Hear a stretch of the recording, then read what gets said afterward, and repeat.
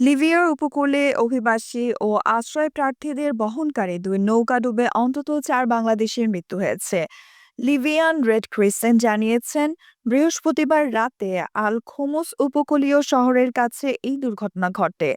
Tripoli থেকে প্রায় 118 kilometre পূর্বে অবস্থিত উপকূলীয় শহর আল খোমাস। শনিবার এক বিবৃতিতে লিবিয়ার রেড ক্রিসেন্ট জানায়, প্রথমে নৌকাটিতে ২৬ জন বাংলাদেশি ছিলেন, তাদের মধ্যে ৪ জনের মৃত্যু হয়েছে।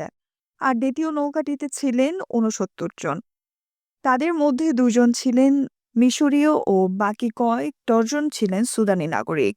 তবে তাদের পরিণতি সম্পর্কে রেড ক্রিসেন্ট কোনো তথ্য দেয়নি। নৌকাটিতে ৮ জন শিশু ছিলেন বলে জানানো হয়। লিবিয়ান রেড ক্রিসেন্ট প্রকাশিত ছবিতে দেখা গেছে, কালো প্লাস্টিক ব্যাগে মোড়ানো লাশগুলো সারিবদ্ধভাবে রাখা হয়েছে।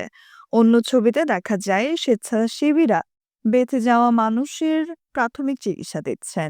আরও কিছু ছবিতে উদ্ধার হওয়া মানুষকে থার্মাল কম্বল জড়িয়ে মেঝেতে বসে থাকতে দেখা গিয়েছে।